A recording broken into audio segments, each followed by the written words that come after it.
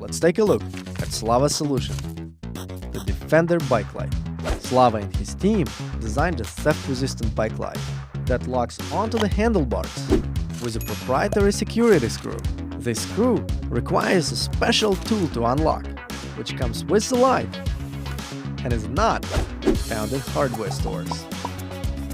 On top of that, there are multiple versions of the screw and tool set, so one tool cannot open them all, making the Defender next to impossible to steal. Let's talk about the first bike lights and the process of how you made them. Sure. So we didn't have a lot of money, but what we needed to do is we needed to be able to create prototypes and get feedback from customers, from lead users. So our very first prototype actually was made of wood, and we just had to test to see if it clamped onto a seat post or handlebars well. So we made that. That cost us about 25 cents. So this is the first prototype for the bike light. Yes, that's right. And 25 cents. Yes. The next one we 3D printed, and this was our first looks like prototype. And this cost us about $25. 25 bucks. Yep. This prototype. Yep, $25, and took us about 12 hours to make. The next one is when we actually started to put some the guts inside of it. So this one actually, when it has batteries, is working. So this cost us about $100 worth of prototype parts and took us about 2-3 days. And then once we had that locked in, we made the looks like prototype, where we actually machined it out of metal. And the thing with each one of these steps and iterations is that each time we passed this to a customer, we got their feedback and we improved it the next time. And each one of these cycles took no more than 2 to 3 days. How long did it take you from the first prototype to the eventual bike light, and how much money did you spend in that process? So from this wooden prototype that I described to the final prototype we used in Kickstarter, we spent about $1,500. And it took us roughly 2 months. This is absolutely astounding. I mean, we're talking about 2 months to develop a whole new product and $1,500. That's the beauty of innovation today, the declining cost and the increasing pace of innovation, and you are a great example. Let's talk about Kickstarter.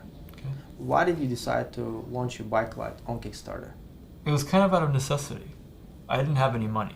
I had a bunch of student loan debt. I had $170,000 in student loan debt, and I was living with my mom at the time. And I needed a way to pre-fund this product.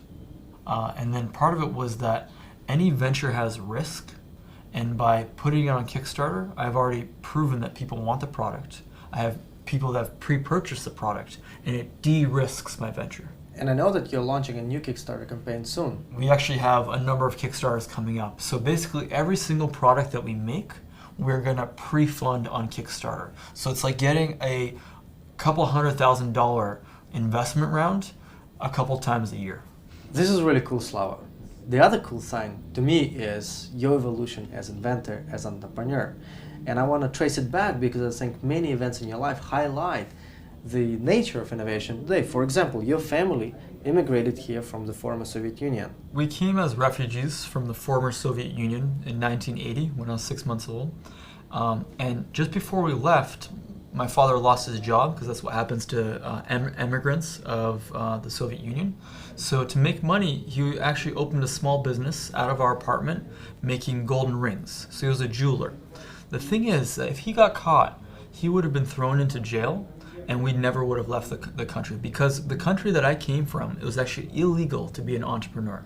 So when we got here, the family's immigrant American dream was to start a business. So I think that just kind of, I don't know if it came out of the womb that I wanted to start a company, but just the inability to do it from the country we left to the privilege of doing it here was part of what drove, part of what motivated me.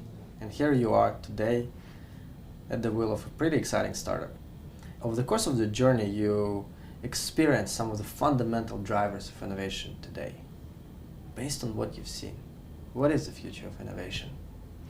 I know that the most exciting products that are going to come out are not going to come from big companies. They're going to come from entrepreneurs and innovators and just people who see the world not the way it is right now, but the way that it should be and the way that it will be. Inspiring message. All I can say is thank you for your time today. really fantastic to spend time with you. Good luck. Thanks, buddy.